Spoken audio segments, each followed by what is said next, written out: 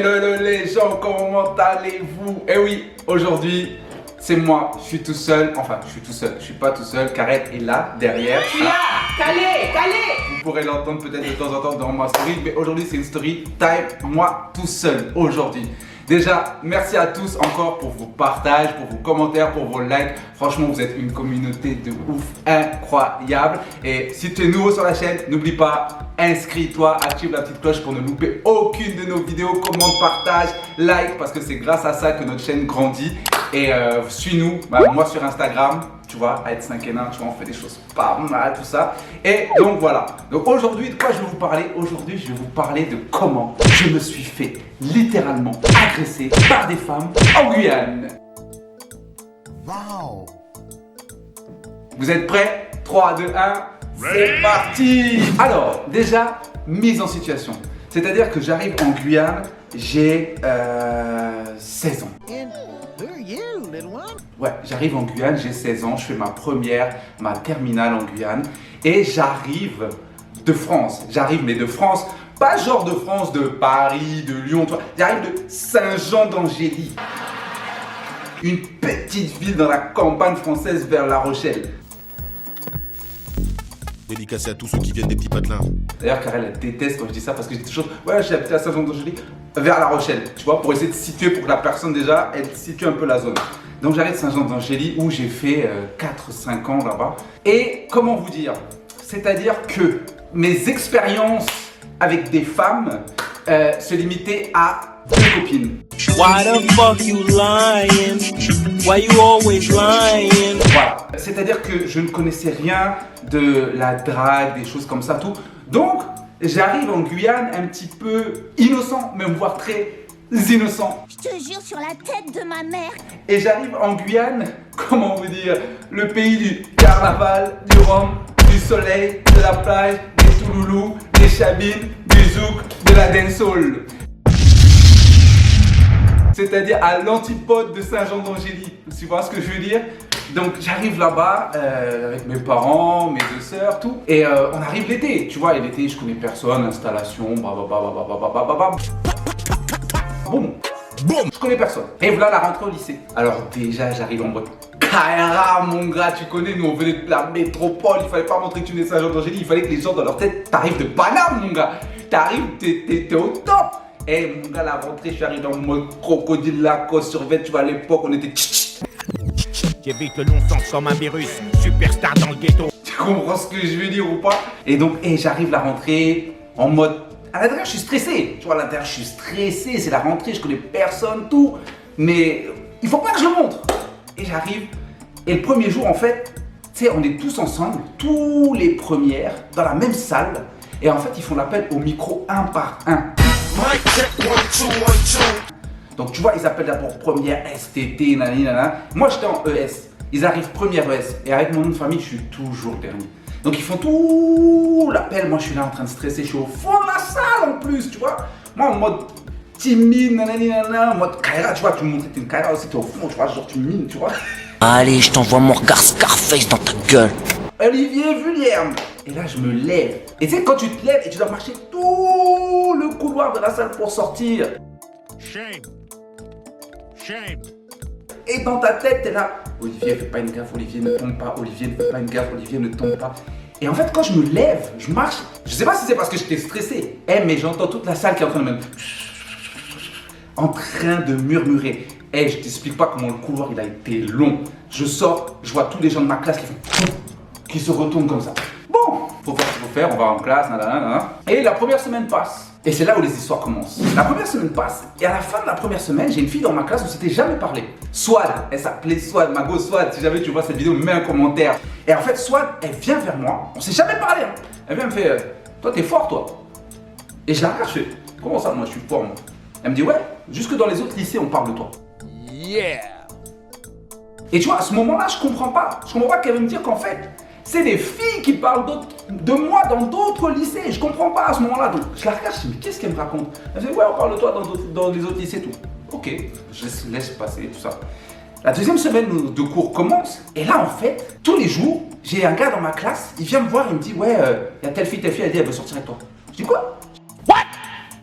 Je dis, mais en fait, ce gars, il me raconte des bêtises, tu vois, je pense qu'il blague. Et chaque jour, il vient me voir. Et en fait, je comprends qu'il y a plein de gros. Sûrement parce que tu vois, t'as le buzz du nouveau, t'es le nouveau gars du lycée, tout ça, là, en plus, t'es un peu métis, sabin, tu vois, là, il vient de la métropole, mec, ton buzz, il est là-haut.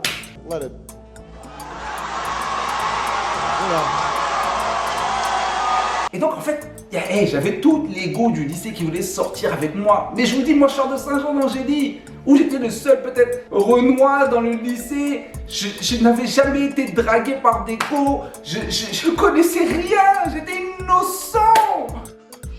Je ne comprends pas. Bref. Et donc, deuxième semaine de cours passe, et j'habitais pas loin du lycée. Et un jour, je rentre. Et quand je rentre, je suis dans ma chambre, tout. Et j'entends ma mère qui me fait Olivier, il y a quelqu'un pour toi à la porte. Ouais. Comment ça, il y a quelqu'un pour moi à la porte? Je descends, et là, je vois pas. Il y a une meuf, elle est devant le portail, elle est venue avec son scooter. Parce qu'en Guyane, à cette époque, en tout cas, tout le monde avait un scooter. Garçons, gars, filles, tout le monde avait un scooter. Et je vois une meuf, elle est là avec son scooter devant chez moi. Et je fais oui, elle dit ouais, je suis venue te voir. Ah, mon gars. Hello, motherfucker. Déjà, moi, je suis pas habitué, mais imagine mes parents. Mes parents n'ont jamais vu une go venir me voir. Oh là là. Et cette go, elle avait du courage quand même. Franchement, elle avait du courage. Et donc, la go, elle est venue, je sais même pas combien de temps elle est restée. Je pense pas qu'elle est restée longtemps, on a parlé rapidement, nanana. Et en fait, la go, elle est venue m'attaquer frontalement. Elle m'a attaqué. Donc, bon, le buzz continue, tu vois. Et je te jure que pendant un mois, et tous les jours, il y avait des go qui me demandaient. Et cette go qui est venue chez moi, d'ailleurs, un jour, je sors de cours. La meuf, c'est pas, elle m'a coincé dans un coin du lycée. Boum. Elle dit, bon, Olivier, regarde-moi dans les yeux. Je veux sortir avec toi. C'est comment? Fallait voir ton gars, il panique. Ton gars dans son corps, il est en train de paniquer. Il est là. Et puis, je sais pas qu'est-ce qui m'est passé par la tête chez la go. Ouais, mais on se connaît pas. Faut qu'on apprenne à se connaître d'abord, toi. Moi, j'étais dans une innocence. Ramène-moi aujourd'hui en Guyane, tu vas voir. J'étais dans une innocence. Elle a dit non, mais non, on se connaît pas. Il faut qu'on apprenne à se connaître d'abord avant de sortir ensemble et tout. Tu vois ce que je veux dire? Bon, faut dire que la go aussi, son grand frère, c'était mon coach de basket parce que je joue au basket en Guyane. Et voilà, son frère, il était balèze. Donc en même temps, je pense que peut-être mon instinct de survie s'est dit, mon gars, si tu sors avec la go, faut faire rien parce qu'elle a son grand frère et son grand frère, il te connaît. Donc bon, bref. En tout cas, l'année se passe. Et en fait, l'année se passe scolaire et je sors avec aucune fille. Et pour moi, il n'y a rien. Tu vois, il n'y a pas de panique. J'ai fait mon réseau de gars, chez mes potes, je connais des goûts, tout, voilà. Mais dans ma tête, moi, je suis dans l'innocence, il n'y a rien. Et en fait, c'est-à-dire que l'année scolaire se termine. Et j'ai mes gars sûrs, mes gars avec qui j'étais tous les jours. Yvan, David, si vous regardez cette vidéo, vous aussi, Johan, tu vois, si vous regardez cette vidéo. Mes gars sûrs, ils viennent avant que je parte en vacances, parce que je partais en métropole pour les vacances. Ils viennent me voir et me disent, Olivier, il faut qu'on te parle. Je fais, ok. Olivier, ce qu'on va te dire, ça va peut-être pas te plaire, mais il fallait qu'on te le dise, t'es notre gars, il faut qu'on te le dise. Je disais, ok, mais qu'est-ce qu'il y a?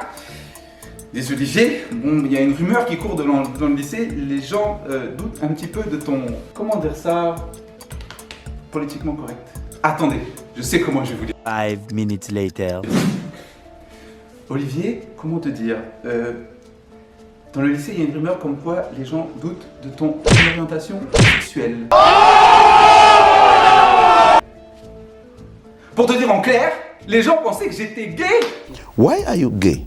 Les gens pensaient que j'étais gay, donc moi... Mais il ne l'est pas du tout. Du tout. Donc...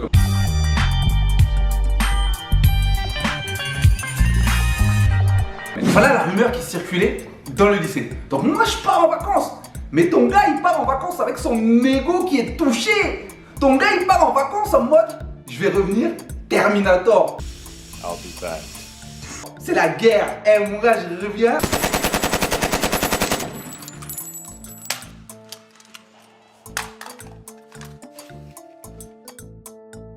Non, vous inquiétez pas les gars, je reviens. Donc je pars en vacances. Les vacances se passent, je passe des bonnes vacances, tout. Je vis des expériences et des aventures, tout ça, nanana. Et je reviens en Guyane. Et là, quand je reviens en Guyane, je suis en mode, mon gars, c'est la Coupe du Monde. Je suis en mode, c'est la guerre. Je suis en mode attaque en Super Saiyan. Le mercato. Mon gars, je suis en mode warrior. Donc j'arrive dans le lycée, la rentrée se passe, nanana, et donc il y a des nouvelles, tout nanana. Et donc moi, c'est-à-dire, je rentre dans le lycée. Je sais pas ceux qui regardent Dragon Ball Z, tu vois, dans Dragon Ball Z, ils avaient tous un truc vert là ici pour analyser les données, tout ça. Moi, je suis en mode, j'analyse toutes les go, mon gars, je regarde tac, tac, tac, tac, tac.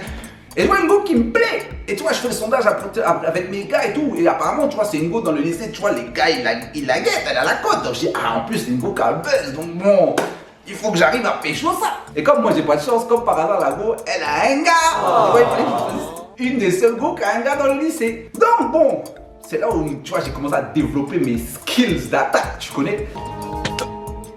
Donc là go on se croise dans le lycée, tac, à chaque fois qu'on se croise, petit eye contact.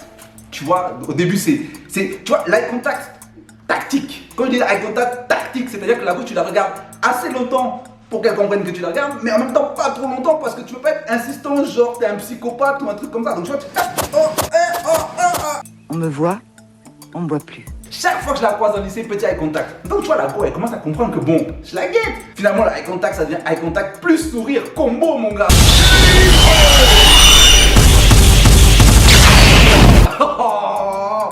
Chaque fois qu'on se croise. Et finalement, la go, au bout de un mois et demi, je crois la go, elle était plus avec son gars. Ah, mon gars, quand j'ai appris qu'elle était plus avec son gars, non, le eye contact est devenu sévère. C'est-à-dire que quand on se regarde. Et après, je sais plus dans quel coup on a commencé à se connaître. Et on s'est connus et bon, tu connais ton gars. Très rapidement, on a géré les bails. Mais c'est pas fini! Parce que bon, là le lycée est rassuré, c'est-à-dire que tu gères une go. Mais mon gars, c'est-à-dire que en fait mes gars ils m'ont mis, quand je vous dis ils m'ont mis en mode super saiyan, c'est-à-dire que moi je suis arrivé en Guyane, ma dernière année de terminale, en plus t'es un terminal mon gars, t'es le boss du lycée. Eh mon gars, j'ai fait des tresses, j'ai commencé à avoir des tresses, c'est-à-dire que là on a commencé à sortir dans les soirées. Eh mon gars, c'est-à-dire que... Insertion de photos d'Olivier avec des tresses, une.